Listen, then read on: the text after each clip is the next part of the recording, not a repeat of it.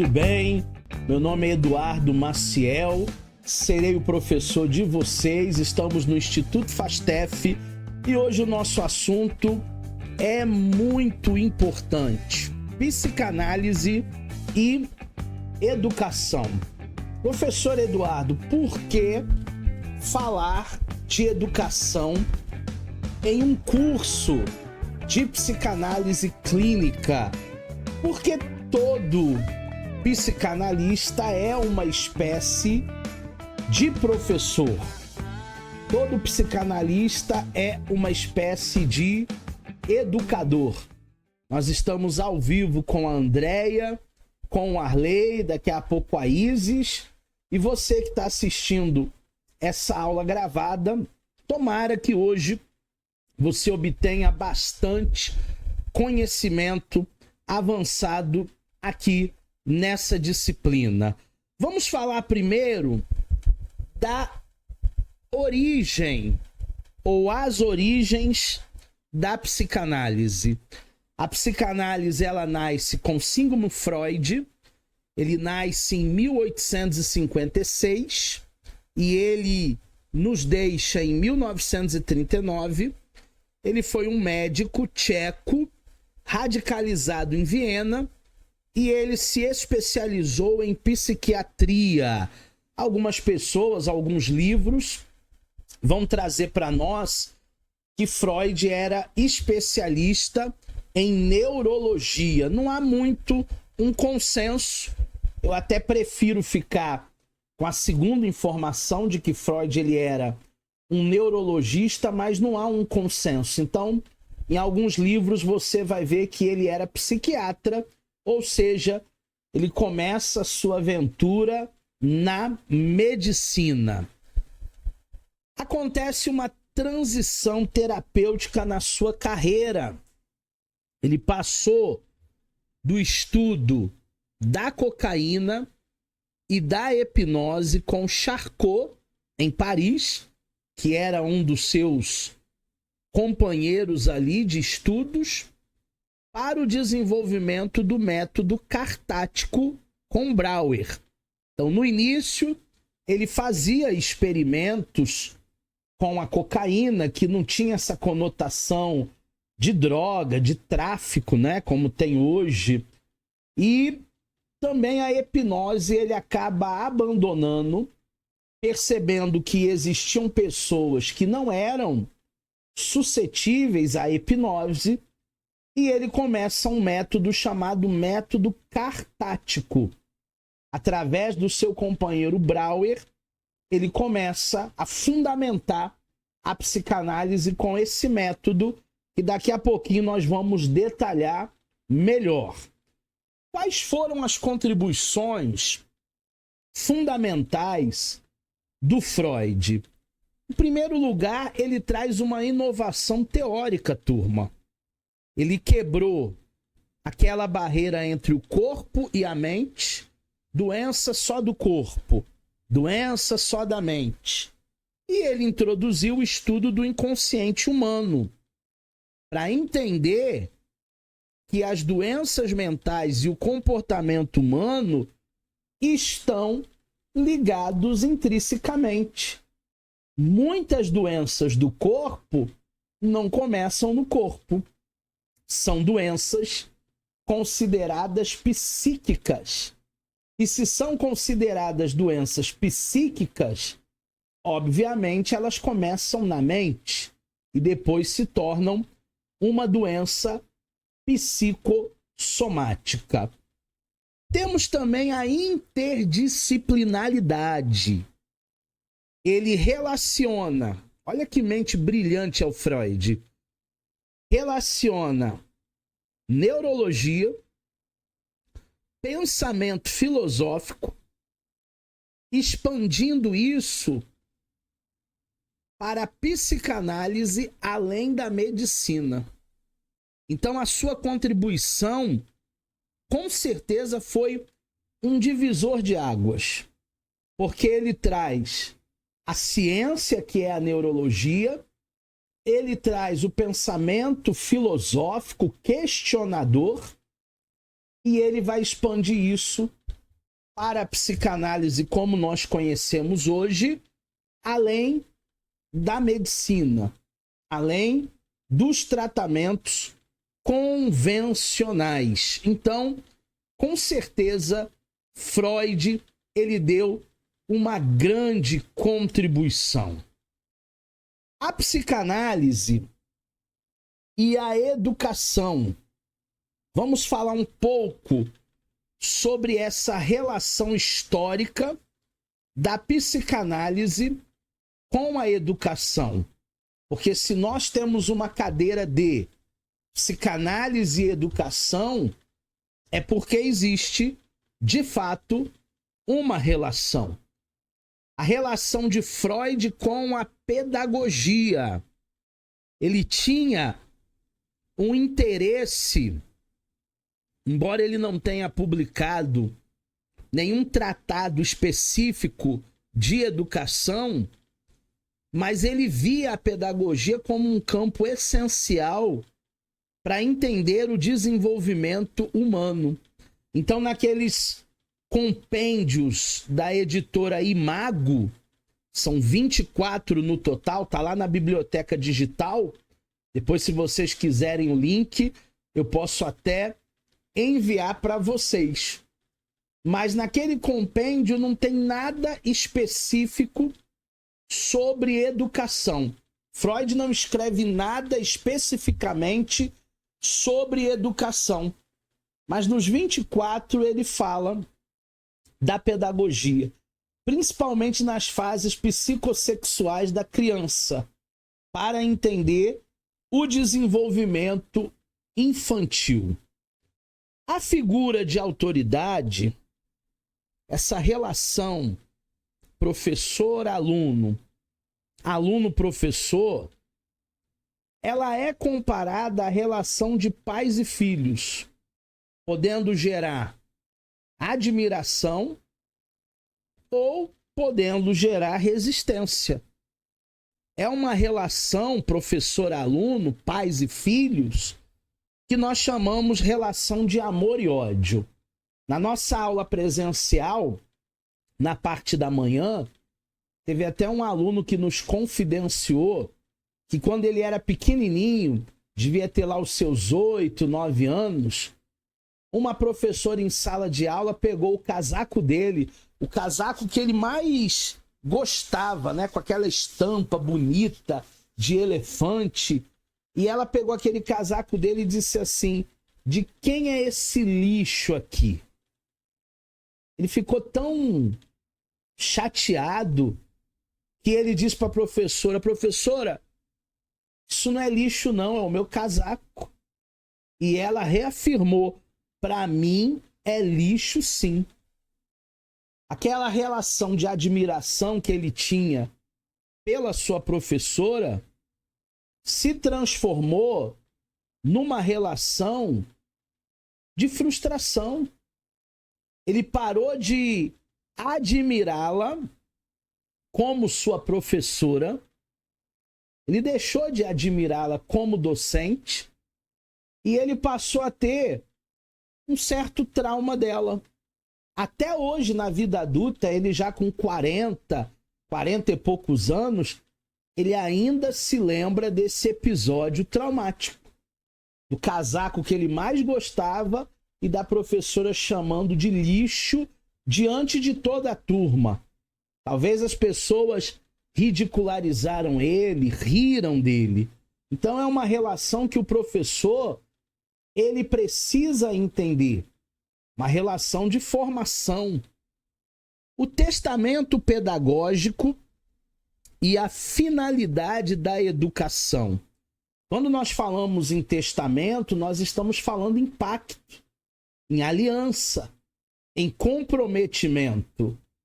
Todo professor deveria ter esse comprometimento, turma, de estar ali no local adequado, ter um bom conteúdo, ter um bom material, ter uma boa didática, ter compromisso com a turma de ensinabilidade. Eu acho que é muito importante os meus colegas docentes olharem não só a docência, mas também os meus colegas psicanalistas, como um sacerdote. Ali nós estamos tratando de vidas, de almas, de pessoas que precisam de todo o nosso carinho, que precisam de todo o nosso acolhimento.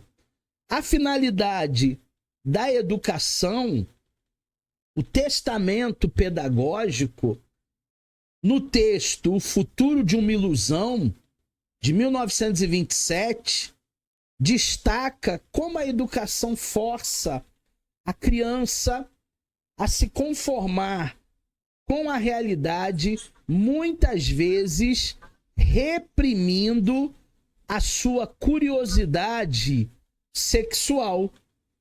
A criança, ela tem zonas erógenas, lugares no corpo que ela está se autodescobrindo e que lhe dá um certo prazer. Quando os educadores não entendem isso, começam a chamar a criança de saliente, de safadinho, de safadinha. Começam a interpretar a criança de maneira errada. O que não era para reprimir, o que era uma curiosidade, o que era para educar, muitas vezes vem como crítica, como castração e também até em alguns casos como punição. As crianças, elas são punidas. Finalidade da educação: promover a passagem do princípio do prazer para o princípio da realidade, através da linguagem do universo simbólico. As crianças, elas entendem dentro de um simbolismo. Eu não consigo ensinar crianças da mesma forma que eu ensino vocês que são adultos. A Isis, a Andréia, o Arley. Eu tenho uma didática para falar com adultos nessa linguagem, nesse tempo, dessa forma, dentro dessa metodologia de um ensino para adultos. Agora, a criança, ela está imersa em um universo simbólico. E eu preciso, através da educação, transformar informações em educação. Porque informação hoje a criança já tem. A maioria delas tem um celular na mão, um smartphone na mão. Informação a maioria já tem. O que a maioria não tem hoje é educação. E isso é parte do nosso trabalho de psicanalistas e também de educadores. Eu não estou falando hoje aqui só com psicanalistas. Eu estou falando também com futuros professores de psicanálise. Gente que vai ser meu colega aí em sala de aula daqui a um tempo. Arley, a Isis, pessoas que vão batalhar junto comigo a docência. Então é muito importante nós ensinarmos desde a idade terna, desde a infância, o princípio do prazer e o princípio da realidade. A formação do professor sobre a ótica psicanalítica. Se todo professor tivesse o mínimo de noções psicanalíticas, muitos problemas que temos em sala de aula seriam resolvidos. O professor, ele é uma espécie de psicólogo. O professor, ele é uma espécie de psicanalista. O professor precisa ter uma saúde mental equilibrada. Alguns anos atrás, quando nós morávamos em Paracambi, o meu filho mais novo estudava numa escola municipal, porque eu sempre acreditei na escola pública, e uma professora chegou para ele um dia, para a turma toda, uma turma de 40, 50 alunos, e disse assim: olha, Se vocês quiserem aprender, tudo bem.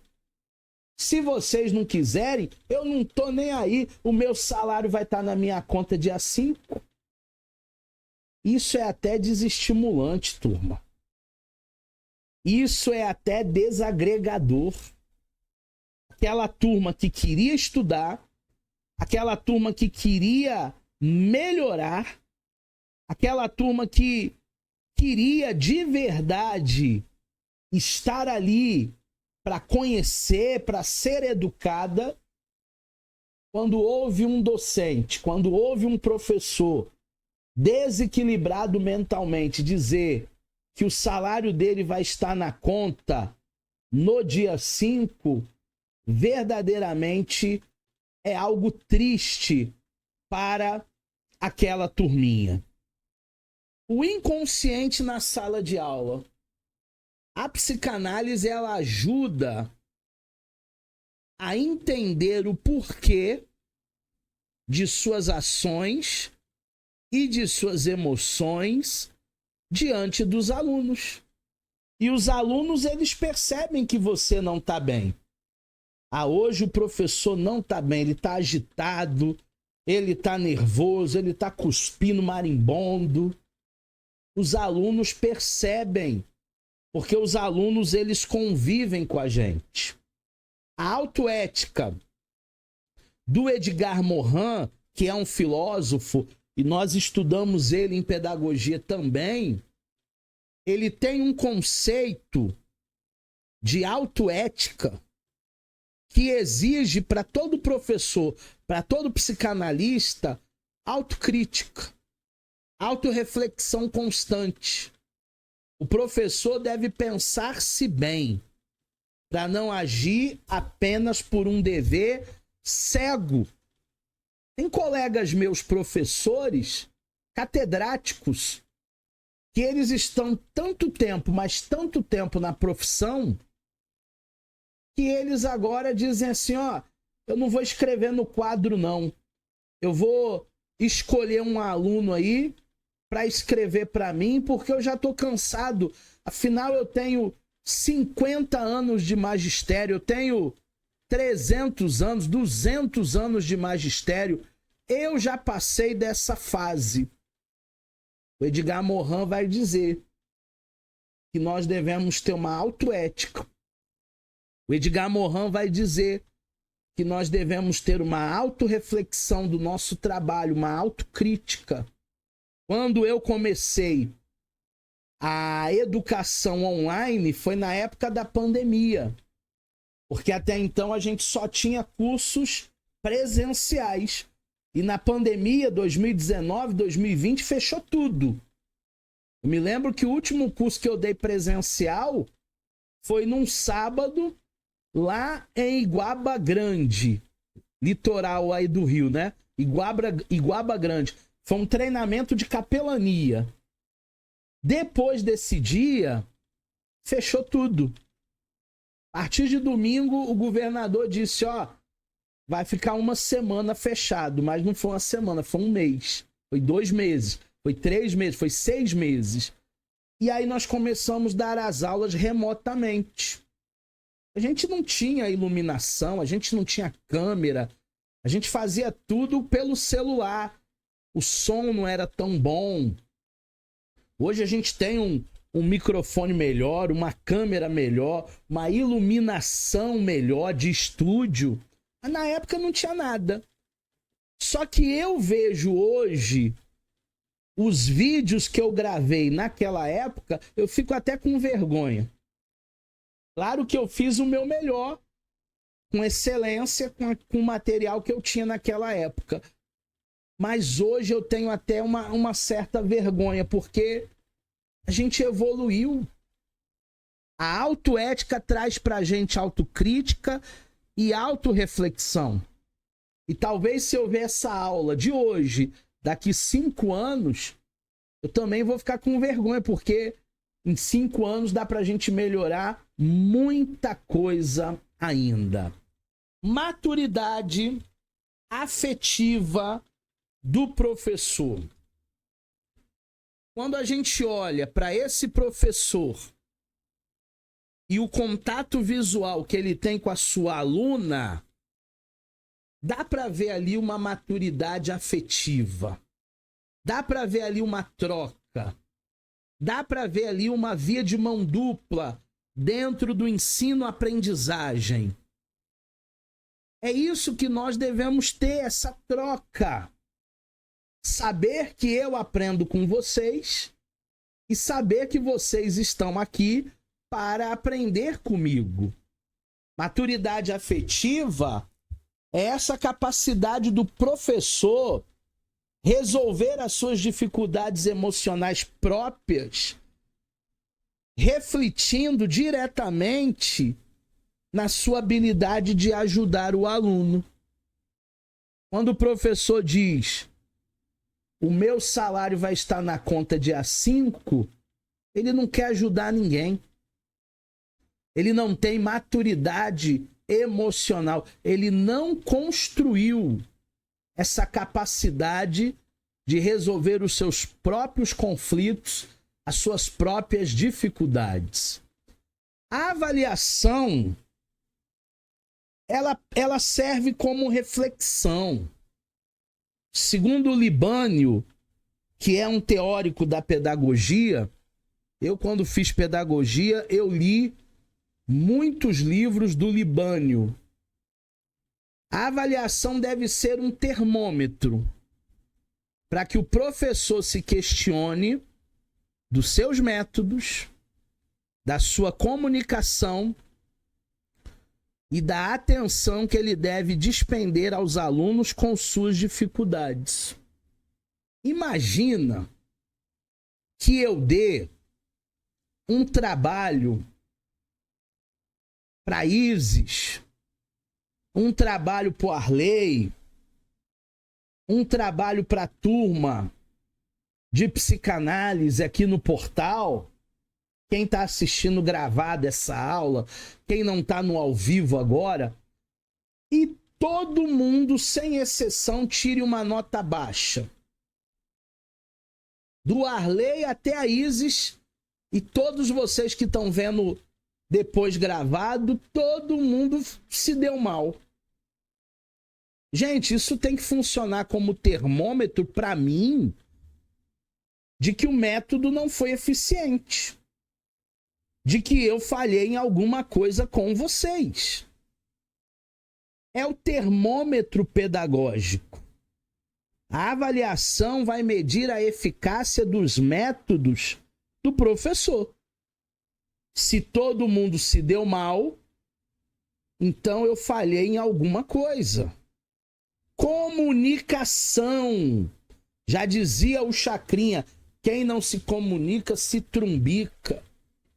O professor, ele deve se autoquestionar quanto à sua comunicação com os alunos.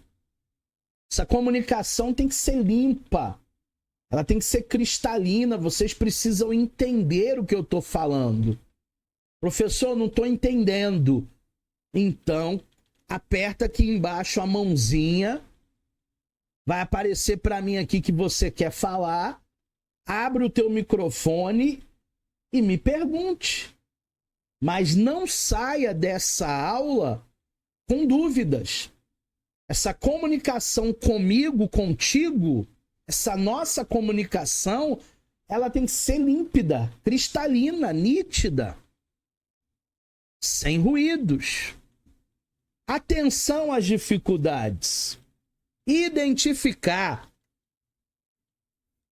e apoiar os alunos com as dificuldades é parte essencial do processo avaliativo. Todos nós temos as nossas dificuldades.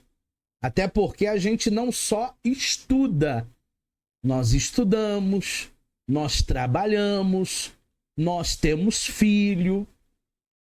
Eu já fui levar hoje de manhã Gabriel para a faculdade. Eu já fui fazer a minha caminhada na praça. Eu já fui no supermercado hoje. Eu já fui buscar Gabriel na UBS. Eu já cheguei. Ele pediu para eu levar ele no barbeiro. Eu falei que não dava, que eu tinha que dar aula agora. O irmão dele foi levar ele no barbeiro. Nós não somos só alunos. Nós temos a nossa vida, nossa correria, nosso trabalho. E cada um aqui tem as suas dificuldades para serem administradas. Agora, se um aluno meu não vai bem em nenhuma matéria, tem um déficit. Principalmente se eu dou aula para crianças, eu preciso ver o porquê. Será que essa criança está bem alimentada?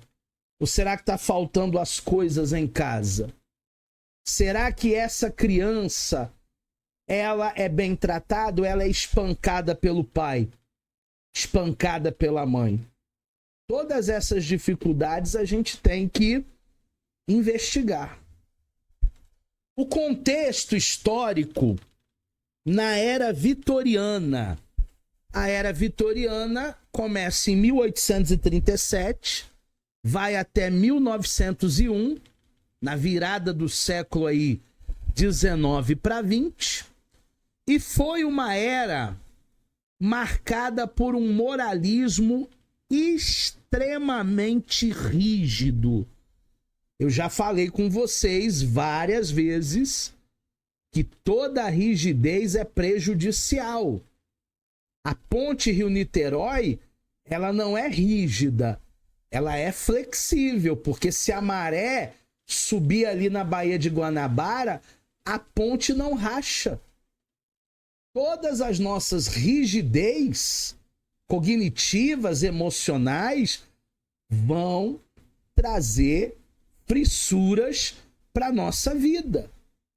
Esse moralismo rígido da era vitoriana foi marcado por uma sociedade de repressão sexual brutal. Aí o Freud vai dizer, né, que a maioria dos problemas emocionais tem uma ordem sexual. Puritanismo, que foi ali um movimento religioso do Calvino, e o machismo extremo, numa sociedade onde mulher não tinha valor nenhum. Mulher só servia para procriar, administrar a casa e era tratada pior do que um animal, pior do que um capacho. Essa era a era vitoriana até 1901. Ah, professor, mas já estamos em 2026, 2027, 2028, 2030. Para que falar de era vitoriana hoje? Porque a gente vive esse impacto. A gente vive esse ranço até os dias atuais. E isso trouxe um impacto para a psique humana. Tamanha repressão foi tão forte, mas tão implacável, que o Lacan, ele disse, nós já estudamos, né? Jacques Lacan. Ele afirmou que a psicanálise talvez nem existiria se não fosse o rigor da era vitoriana. O que gerou, na verdade, a necessidade de um despertar. Olha o que Lacan falou. Que talvez a psicanálise nem existiria se não fosse tanta repressão, se não fosse tanta rigidez, se não fosse tanta coisa para condenar o ser humano. Essa era foi uma era muito importante. A psicanálise, ela nasce nessa era como se fosse um grito, um alívio, como se fosse um despertar. A repressão, como eu já disse, era uma repressão extrema. O rigor moral vitoriano criou pressões psíquicas na história desta civilização ocidental. E devido a tantas repressões, é igual a porquinha, né? Você aperta, aperta, aperta, aperta, aperta. Tem uma hora que a porquinha vai espanar. Necessidade de um despertar. Foi justamente nesse ambiente sufocante que se tornou necessário o surgimento da psicanálise como um campo de estudo e um campo de cura. Freud começa a estudar, Freud começa a se aprofundar e ele viu que a sociedade estava submersa nos seus desejos reprimidos. Uma outra característica desta era vitoriana foi a urbanização e a privacidade. Já não era mais uma comunidade rural, já não era mais aquelas famílias que todo mundo conversava no portão e alguém pedia uma xícara de açúcar e alguém ia lá, supria. Não. Uma mudança para cidades. O isolamento das famílias burguesas realizaram um ambiente de mistério e segredos domésticos. Eu não quero que ninguém vá na minha casa. Eu não quero que ninguém veja a minha privacidade. Aonde eu moro, o que eu tenho, o que eu comprei, o que eu não comprei. Essa era vitoriana buscava essa privacidade. Cada um dentro da sua casa, cada um dentro do seu quadrado. Isso é fruto da urbanização. Isso é fruto de cidades cada vez maior. Cidades que vão crescendo, você vai se mudando, e aí você não sabe muitas vezes o nome do vizinho da esquerda, da vizinha da direita. Se você mora num prédio, você não sabe quem são os moradores do segundo andar, do terceiro andar, você não sabe. Fruto de uma sociedade urbana, de uma cidade grande. Aí Freud começa a ter os seus casos clínicos, histéricos dessa época. Ele começa a estudar os conflitos internos de cada ser humano aprisionado na sua fortaleza, no seu condomínio fechado, a tensão psíquica gerada por viver no isolamento, que vai interligando causa e também sintoma. Esse trauma que foi reprimido por experiências negadas ao inconsciente sem elaboração. O que são experiências negadas? Engole o choro. Porque se você não engolir o choro, aí eu vou fazer você chorar com vontade. Eu não fiz nada para você chorar, por que você está chorando? Engole o choro. Repressão. Experiências negadas do inconsciente. Aparece o quê? O sintoma manifesto. Expressão física ou até mesmo alucinatória daquele conflito interno que eu não elaborei, daquela tensão psíquica que eu não descarreguei. Engoli o choro.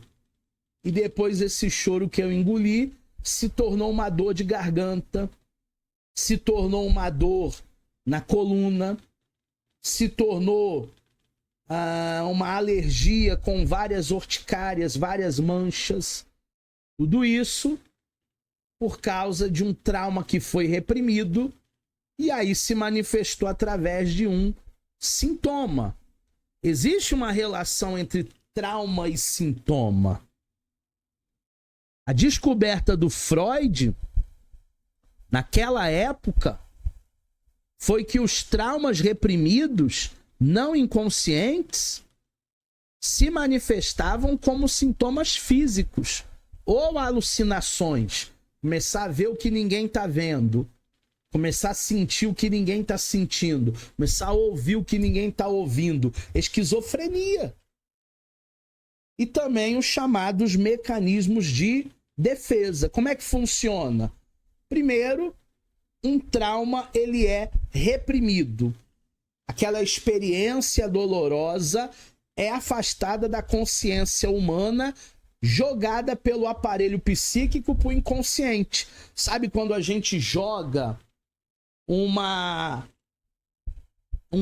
lixo, uma fotografia, um vídeo, um documento que está lá enchendo o teu celular, o teu computador, você vai lá e deleta? Na verdade, você não deletou, não. Foi para a lixeira. Para excluir completamente, você tem que fazer uma limpeza na lixeira. E existem pessoas que não querem limpar a lixeira emocional. Não querem limpar, jogam o lixo para debaixo do tapete. Número 2, o que acontece? O sintoma ele emerge, o conflito interno ele retoma, só que agora disfarçado de sintoma físico, psicossomático, ou então alucinação. Que ele vai voltar, não restam dúvidas. Freud começou a atender muitas mulheres histéricas. E o primeiro caso clínico do Freud foi da Ana O, conhecida também como Berta Pamperhen. Qual era o problema da Ana O? Ela apresentava uma paralisia e também uma hidrofobia, medo de água, medo de navio, medo de praia, medo de chuva.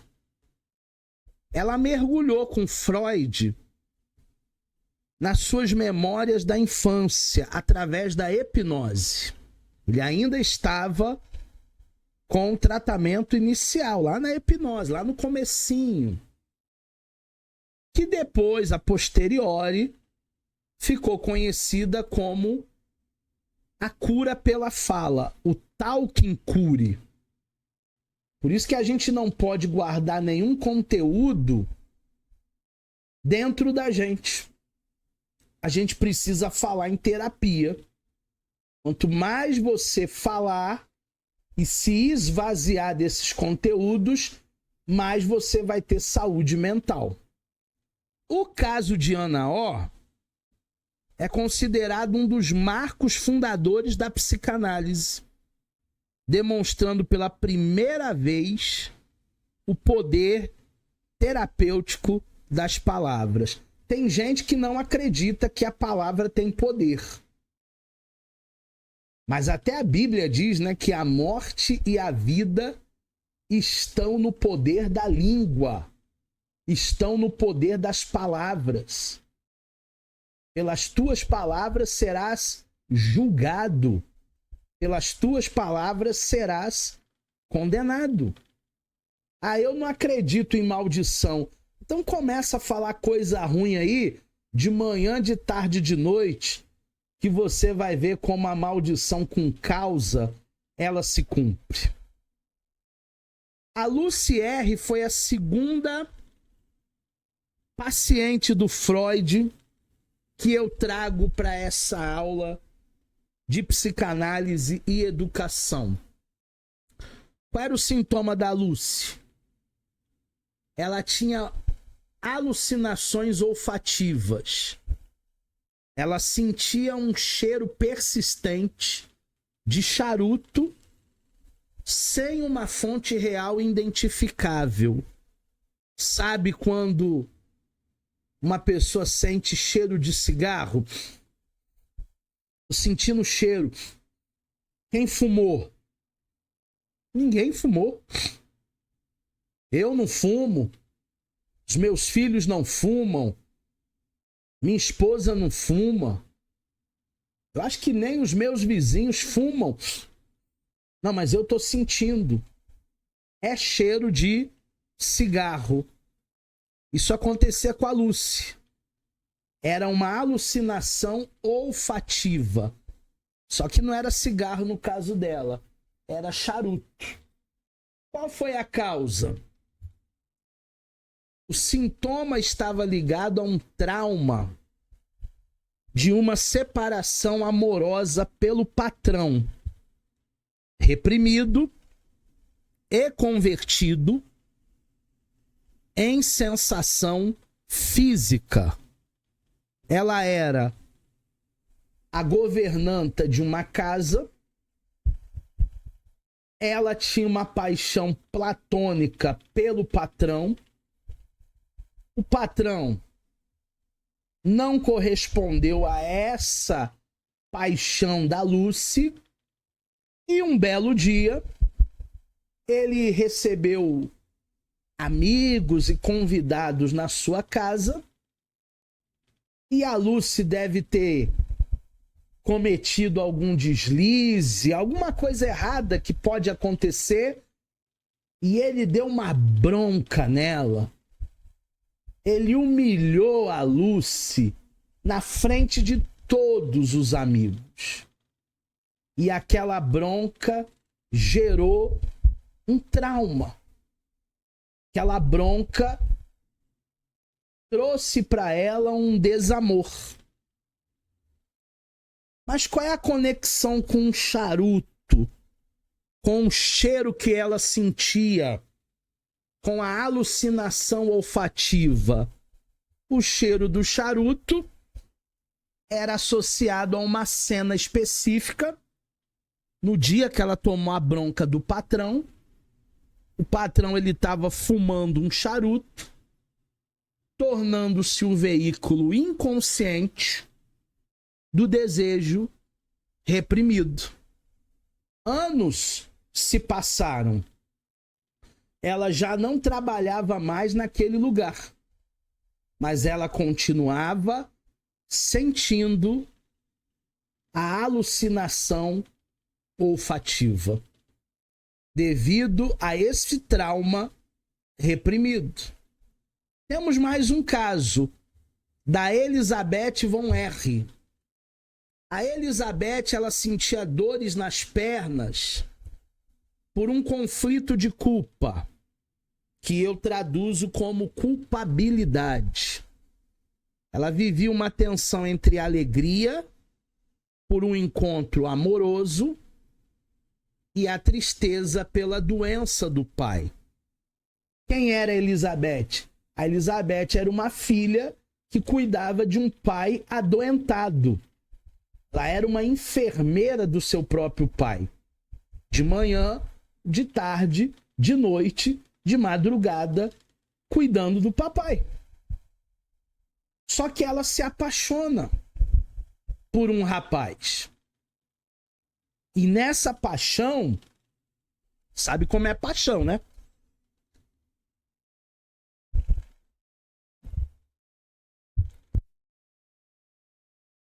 Perdão. Ela se apaixona.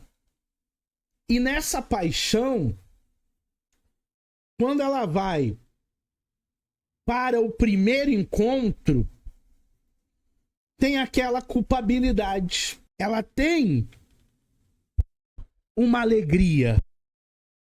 Ela tem um sentimento de prazer.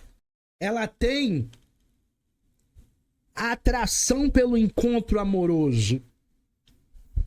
Ela tem um desejo considerado até ilegítimo dentro de um contexto da era vitoriana. E se o meu pai passar mal? E se o meu pai cair? E se não tiver ninguém para socorrer ele? Ela estava vivendo aquela culpabilidade. A culpa. Conflito interno. Da mesma maneira que ela estava alegre porque encontrou um namorado, esse conflito interno entre o desejo e o dever gerou uma tensão psíquica insuportável. Eu quero estar com o meu namorado, eu quero estar amando, mas eu não posso largar o meu pai adoentado na cabeça da Lucy. Da Lucy não, da Elizabeth. E o sintoma? O sintoma foram as dores na perna, que surgiram como expressões somáticas do conflito, ou seja, era o corpo falando para a mente o que a mente não podia admitir, elaborar. Por que as dores na perna? Porque eram as pernas que levavam ela para o encontro e eram as pernas que traziam ela para casa. Por isso, a Elizabeth sentia forte dores somáticas nas pernas por causa desse conflito interno. Conclusão: muitos desses distúrbios eles eram frutos de uma educação que travava sexualidade, desejos reprimidos. Se vivia naquela época como pecador. Não se falava em sexo. Não se falava em sexualidade. Era um tabu. A educação era uma educação extremamente repressora. A formação moral vitoriana impunha silêncio absoluto a desejos e afetos, criando conflitos internos profundos, curiosidades, desejos, tudo isso era reprimido. Uma vez reprimido, sabe aquela represa que tá enchendo, uma hora vai romper. A sexualidade como pecado. Tratar a sexualidade como vergonha ou pecado foi um terreno fértil para o surgimento dos sintomas histéricos estudados pelo Freud. Por isso que o Freud dizia que 80% dos problemas emocionais dos histéricos, das histéricas, era de fundo sexual. O legado clínico, os casos clínicos vitorianos, nós vimos 3, mas existem muitos mais. As bases da íntima conexão entre a cultura da época, a repressão da época, o sofrimento psíquico que eles estavam mergulhados. Tudo isso revelado pela psicanálise. Então, você não está num simples curso teórico com a gente no Instituto FASTEF. Você está numa jornada psicanalítica completa, com a sua terapia em dia, buscando o autoconhecimento. E olha onde nós chegamos, hein? Quem te viu e quem te vê. Porque da maneira como você começou lá atrás e a maneira como você está hoje, emocionalmente falando, a gente já caminhou bastante. A gente já evoluiu bastante.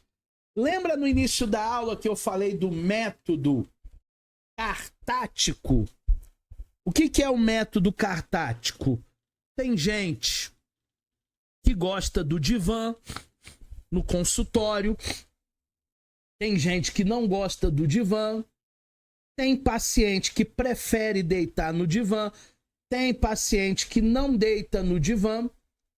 Nós vamos ver agora o que é esse método cartático. Originalmente desenvolvido por Joseph Brauer, foi aprimorado a posteriori por Freud. Esse método foi o método precursor da psicanálise propriamente dita. Inclusive, hoje eu fiz uma prova que tinha uma questão lá que o professor colocou errado. Porque lá na avaliação perguntou qual foi o método precursor da psicanálise. Eu coloquei o método cartático. E aí ele me deu errado. Era uma outra opção que na realidade estava errada. Como é que funciona? O que é esse método cartático? Tá vendo? Aqui já não tem o divã, aqui já tem o sofá. Já é uma análise, uma conversa, um bate-papo. Consiste em trazer consciência a memórias ou traumas reprimidos, esquecidos lá atrás, sujeira que a gente jogou para debaixo do tapete, e estão causando hoje, vida adulta, sintomas físicos e psíquicos. Como é que funciona o método cartático? Através da fala livre, tal que cure. O paciente revive aquelas emoções, aqueles traumas originais, e há uma descarga emocional chamada abertura, chamada transferência. Quando nós revivemos, nós curamos. Quando nós encaramos, nós nos livramos. O problema é que as pessoas abandonam a psicanálise porque eles acham que é tudo espiritual, e não é tudo espiritual. Existem coisas que são da psique. Tem gente que abandona a psicanálise porque não quer se abrir, porque não quer ser verdadeiro com ele mesmo.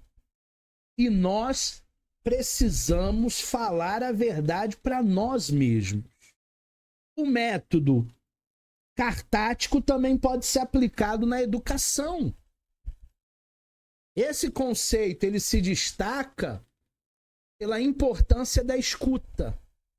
Quando um professor permite que o aluno verbalize suas tensões, o aluno verbalize suas frustrações, o professor está oferecendo um espaço para a criança, para o adolescente, para o jovem, para que ele simbolize os seus conflitos e, ao invés de atuá-los através de um mau comportamento ou bloqueios de aprendizagem.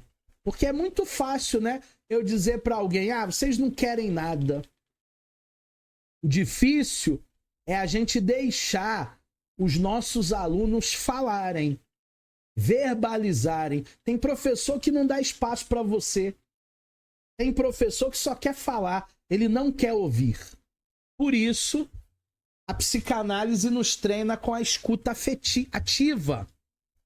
O professor oferecendo espaço para o aluno verbalizar, falar das suas tensões, das suas frustrações. Simbolização dos conflitos.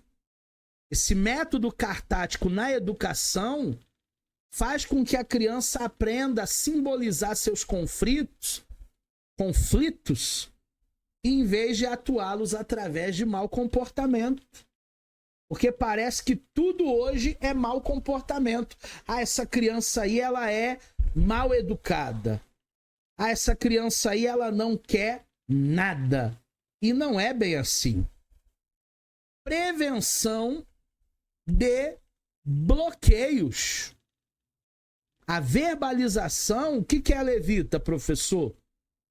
Esses conflitos, que nós chamamos de conflitos internos, que se manifestam como bloqueios de aprendizagem, que se manifestam como algo que o aluno ele não consegue lidar. Se a criança não está aprendendo na minha aula, tem alguma coisa que tem que ser investigada. Será que ela está bem alimentada? Será que ela não está sendo espancada pelo pai? Vamos chamar o coordenador, vamos chamar o pedagogo, vamos investigar isso. Por que a criança não aprende? Tem algum déficit? Vamos falar de princípio de prazer e princípio de realidade. Esses dois princípios, eles regem o funcionamento do nosso aparelho psíquico, segundo Freud. O que é o princípio do prazer? É tudo aquilo que você deseja para hoje. O que é o princípio da realidade? É tudo aquilo que você começa a ponderar, fazer as contas. O princípio do prazer, na sua característica central, é o estado inicial do ser humano, da criança, especialmente na primeira infância. Bebê de 6 meses já manipula a mãe, buscando satisfação imediata das pulsões, dos instintos, evitando qualquer dor ou desconforto. Criança não sabe ouvir, não. Eu quero agora mamar, trocar fralda, beber água. E se você pedir para esperar 5 minutos, esperneia, grita, tu arruma um inimigo. É o princípio do prazer. Em outras palavras, é querer tudo para ontem, tudo para agora. A criança pequena, ela não tolera esperar. Ela quer satisfação imediata, sem considerar os limites externos ou até mesmo as consequências. Perguntaram para Freud se ele atendia criança. Freud respondeu: eu não. Eu atendo adultos que ainda não saíram da fase infantil. Adultos que batem o pé e acham que o mundo gira em torno dele. Adultos que batem o pé e acham que são alecrins dourados. Nós não somos. Nós somos pessoas que estamos dentro de um sistema que se chama mundo, que tem regras e que nós precisamos respeitar. A gente não é só id, não é só prazer. A gente também tem que buscar os princípios da realidade, que vão surgir na criança com o desenvolvimento do ego. Teoricamente, o adulto já deveria ter isso. Aparece à medida que o ego se desenvolve e percebe que o mundo externo impõe limites.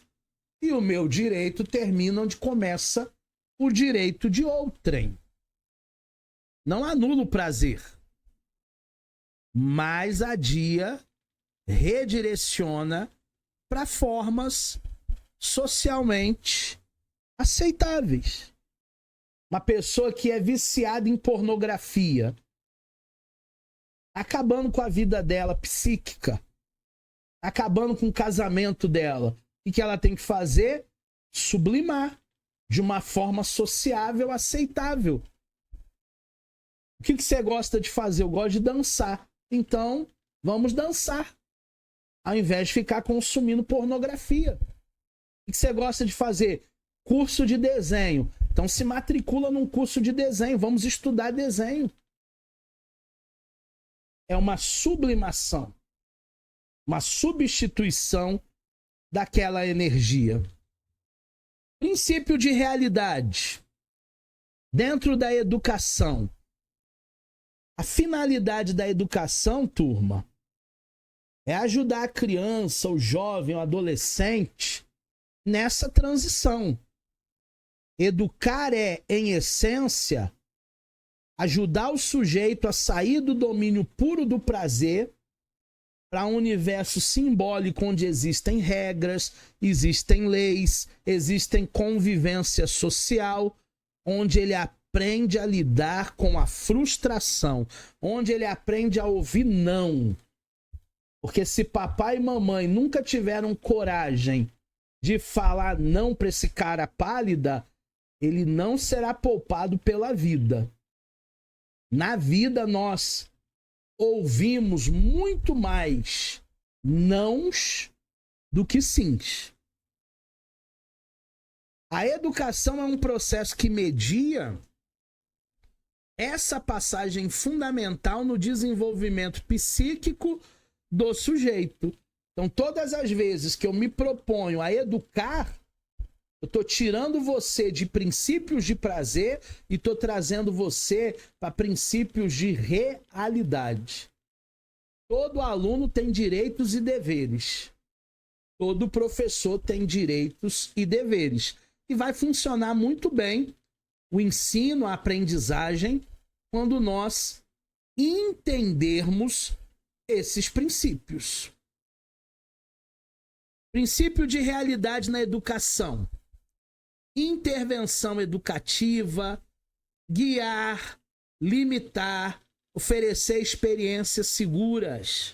O professor está ali para ajudar. Desenvolvimento emocional. Aprender a tolerar, aprender a se frustrar, adiar a gratificação. Eu gosto de uma frase muito boa que diz assim: dê ao seu filho uma gorjeta, um dinheiro, para ele tirar o lixo da casa. E nunca mais ele tirará o lixo da casa sem te cobrar alguma coisa. Tem pai que, pro filho fazer alguma coisa dentro de casa, tem que dar uma gratificação. Princípio do prazer, a satisfação imediata, eu quero agora, o id, aquelas pulsões da nossa infância, e o universo simbólico, onde tem regra, tem lei, tem convivência social, e tudo isso pode ser aprendido, tá, turma? Nós estamos aqui para crescer, nós estamos aqui para construir, nós estamos aqui para galgar. Nós não nascemos prontos. Tem muita coisa que a gente precisa aprender. Os mecanismos de defesa, que são aquelas máscaras que a gente usa para o nosso ego não sofrer, são operações que o ego realiza de forma inconsciente. Por isso que não é mentira, não é falsidade, é mecanismo de defesa. Para proteger a sua mente de conteúdos que geram muita dor, muita ansiedade. Tem alguns tipos de mecanismo de defesa. O recalque, a repressão. Afastar da consciência uma ideia, um desejo que o sujeito considere vergonhoso, pecaminoso, muito comum na era vitoriana. Sabe quando você pega a boia e você tenta colocar ela debaixo da piscina? Quando você solta a boia, ela vai voltar. Não adianta recalque nem repressão.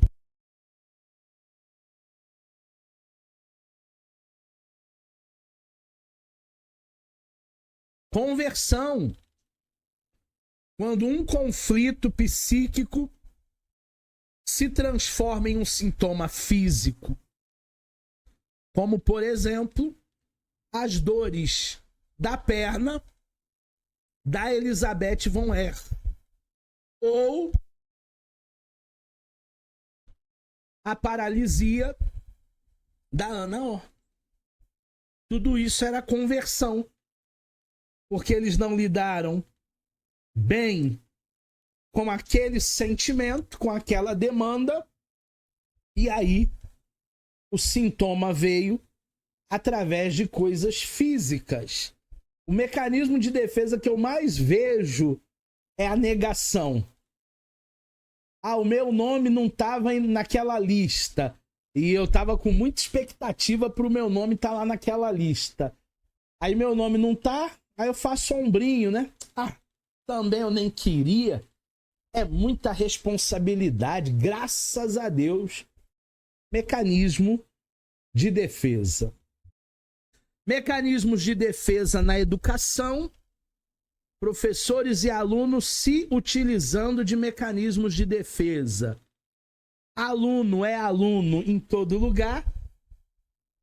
O aluno ele pode se defender dizendo que o conteúdo daquela disciplina foi muito difícil, pelo medo da frustração. É difícil um aluno admitir, professor, eu tirei nota baixa porque eu não estudei. É difícil.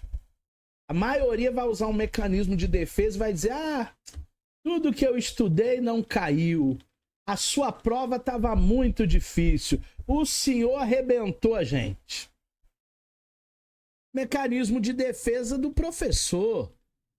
Um professor pode projetar suas próprias inseguranças na turma. Como é que ele projeta? Ditadura da caneta vermelha. Vocês vão se ver comigo, eu vou reprovar todo mundo. Ditadura da caneta vermelha. Precisamos mudar a perspectiva, turma. Identificar que um comportamento difícil de um aluno, de um professor, é, na verdade, uma defesa. Agora, se mudarmos a forma como educadores, também mudaremos ali o nosso relacionamento com os nossos alunos. Tudo começa de cima. Tudo começa a partir de você. O conceito de autoética que eu falei no início da aula, do Edgar Morin, é um conceito muito bacana. Embora Morin seja um filósofo contemporâneo nosso, o texto utiliza para modernizar a aplicação da psicanálise na educação.